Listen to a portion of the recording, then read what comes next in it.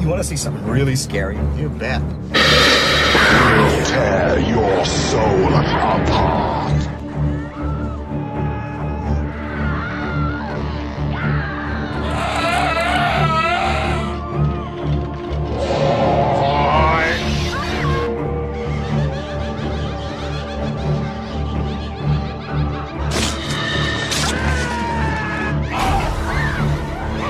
Jesus Christ! No, it's not. Now, was that civilized? No, clearly not. Fun, but in no sense civilized.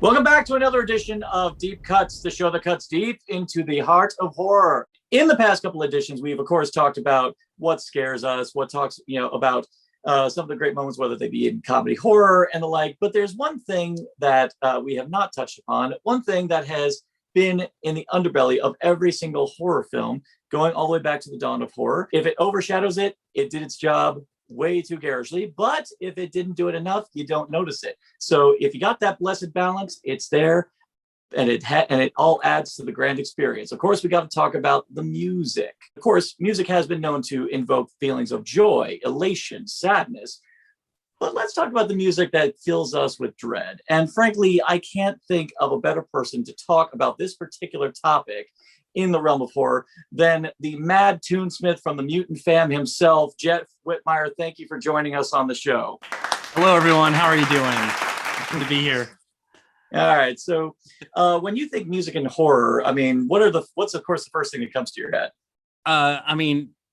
John Williams. I think that would be the first thing that's going to pop into my head, or Halloween. It would be the two. I was about to say, admittedly, it would that be was not the John one in my head, but that's a good one. So well, actually, John, I think you're gonna, one of the Johns are gonna pop in your head. You're either gonna think the Jaws theme, or you're gonna think Halloween. Or the first two. Yeah, actually, I think Williams would be the first one to go, the good one to start with, because when people think film composition, he's like the granddaddy. I mean, guy worked in all 9 Star Wars movies. I mean, that's pretty dang impressive. Considered. Yeah. So, and most people actually don't associate with him with horror. So let's talk about that first and foremost. Jaws, and now that theme is pretty much synonymous. When anytime you see anyone doing anything menacing in the water,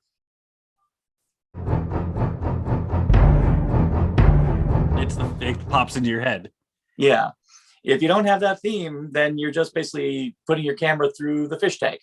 You can't discount it with horror, even if you're a non-horror person, even if you're one of those normal people. If you ask someone to start humming a score or something, they're going to start humming something from a horror film. They're going to hum Halloween. They're going to hum Jaws. They might hum Jurassic Park, which is also John Williams. They might hum even Raiders, which is not a horror, but Raiders of the Lost Ark. But we had face melting people, so we'll welcome you into the community with face melting. Well, even Temple of Doom. I mean, Temple of Doom had some pretty creepy music as well. I mean, the whole sacrifice sequence. Right.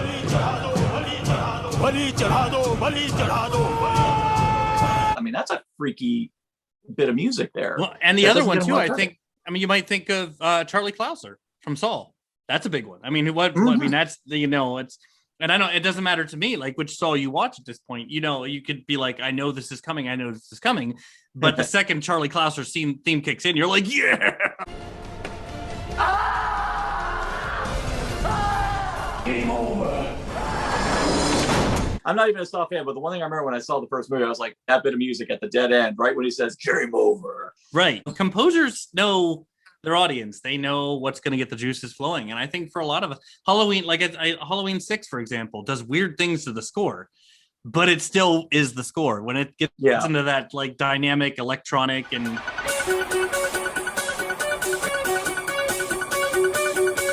actually, I guess the next inevitable progression we got to talk about is John Carpenter, because if there's anyone we have to admire, is a person who not only directs his films and in his early days cut them together, but he actually wrote his scores for all his movies. He always said while he was filming it, he was already formulating the score in his head.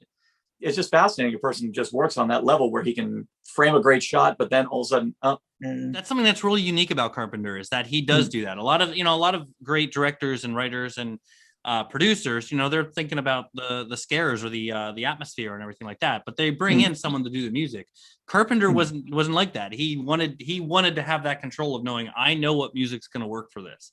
And Halloween, I think, is the prime example of that. I mean, of course, Halloween score, every note in that score, every theme in that score is memorable, even if it's just a dun dun dun dun, like you know it. Yeah, and then the back up ding, ding, ding, ding. Yeah, I think every bit of that, it works to this day. I mean, like decades later, it still works. He has such a great gift for being able to mount tension using music. And not only that, he's just really good at setting the mood with music. I mean, my number one Carpenter movie is They Live. I agree with you, actually. And I think a lot of it, I just love that in the doldrums tone, his music takes us at the beginning, just that slow. Dun, dun, dun. It tells you that movie is not meant to be taken 100% seriously, but it is meant to still establish that this is about a drifter. Which is one thing I love about that movie, is that it's not meant to be taken, it's a deep movie, really. It's a deep, profound movie, but he lightened the mood in it. 10-minute fight scene in the middle of it, The thing I find funny about Carpenter, though, is that right when he was making his deal with Universal, and of course doing The Thing, he handed the composing reins over to Ennio Morricone. It's a great disservice to that man. They nominated him for a Razzie for it. Wow. Which just goes to show how credible the Razzies are. I didn't even know that story. You just shocked me. I mean, someone with such street cred through the 60s and 70s as being, a brilliant composer. That one kind of hurt a little bit, dude. You just stung me now. Yeah, I know. But because I'm a sucker for score. I'm the guy who will put in movie scores, CDs, because I still have all physical, and I'll play them in my car. And I'll just drive listening to movie scores. And Morricone scores are some of the. For me, I seldomly do that just because when I'm driving, I always like keep my attention up. So the only score I will say I listen to on a loop when I drive.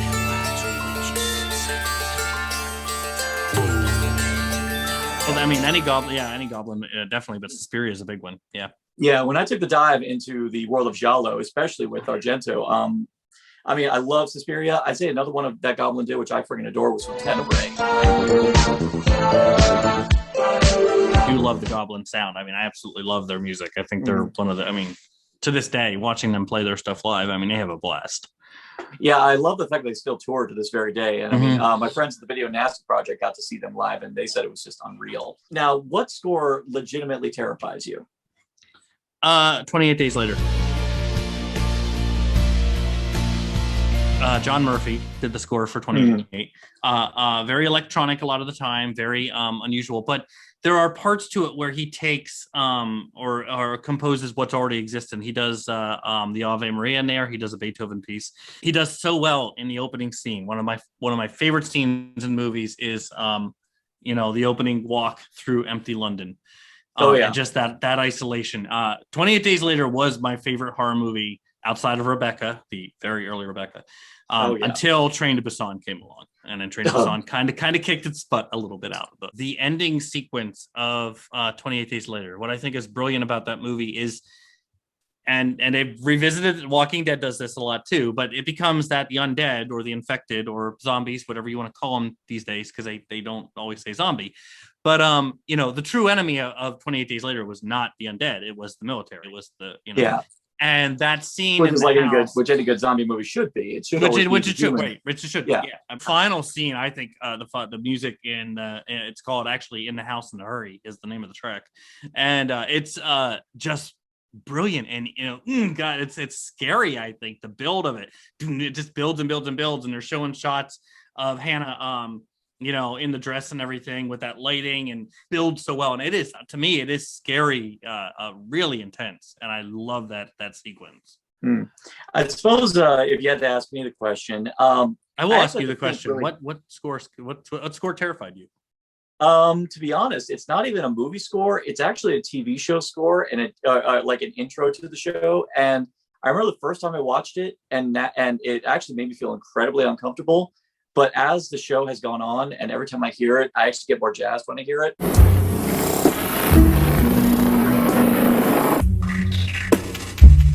Oh, absolutely, dude. The first intro credits to the American Horror Story theme song, because it was so distinct. Yeah, just starts with that very low. Then all of a sudden, it's so jarring. Yes. But the thing I just loved in every single season is that with every season, with every theme they do, they change up the score very delicately. Freak Show, the way they alternate for Freak Show is outstanding, where they incorporate a lot of circus music.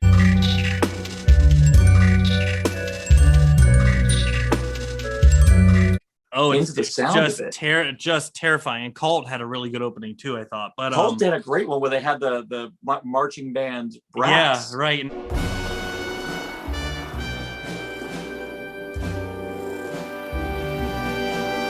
And like the sequences of Bloods and everything, and the mask, and oh man, I agree with you. They do the intro well every time. I think the primary reason why Roanoke didn't work for me as a season is that they didn't do it.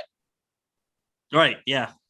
So those are the ones that scare us. But what are the most fun horror themes for you? Like the ones that just get you fired up for a good ride? Oh, Tales from the Crypt. Danny Elfman is the best at the fun score.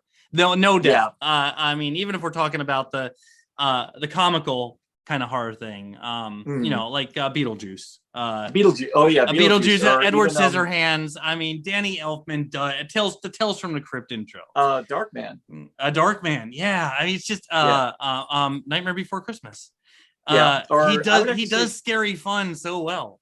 It's funny, but I think the only time he ever really took a crack at actually doing a legit horror theme would be Nightbreed.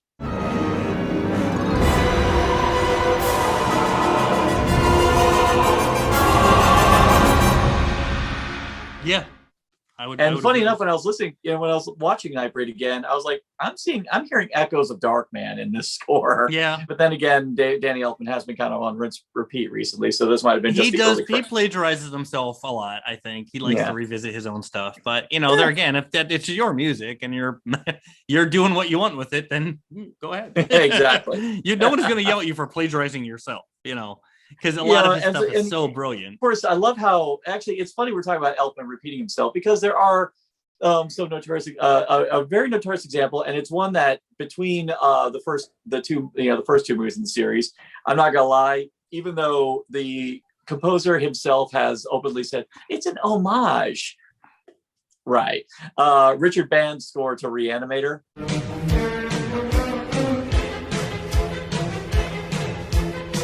Oh yeah.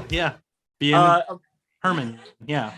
Of course, it's obviously a rip on Herman, but the funny thing is, when I hear that score and I think of the movie, especially both that one and Bride of Reanimator, I'm like, I just can't imagine it any other music associated with that movie. It just I 100% agree with you. I mean, I do get jazzed. I love Reanimator and Bride and so much. And that score every time, I agree with you. That is a juicy score. It has a great air of mischief to it. Yeah, and just that whole kind of animated thing going on during the whole thing. Just like, yes, I'm watching Reanimator and I'm excited.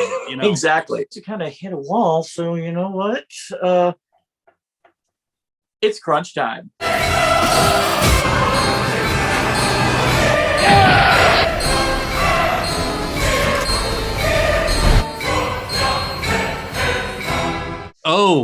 Oh, this sounds scary. Yeah. I don't know about this. What is it? What's about to happen? Crunch time. It's a new feature on Deep Cuts. I decided to add a little bit of a game show element to all my co-hosts. We are going to ask you to give me a top 5, but the top 5 is going to be something of my selection, and it is going to be conducive to the theme that we are discussing today. But here's the twist. You only have 30 seconds to tell me what your top 5 are in this particular category. So the theme to which I'm going to ask you is top 5 themes in horror. Sounds simple. One composer at a time, only one time. So do not blow your wad on John Carpenter. You have 30 seconds. When you're ready, we will go. I'm ready. All right. And go. Halloween, John Carpenter. 28 Days Later, John Murphy. Poltergeist, Jerry Goldsmith. Train to Busan. I can't think of the composer's name. Gotta get the name. Huh? Gotta have the name. I gotta think. Okay, then I'm going with let's go with Lilo Schifrin, Amityville Horror, and we'll go with Williams Jurassic Park. I'm counting Jurassic Park as a horror. I still don't care. It's still horror.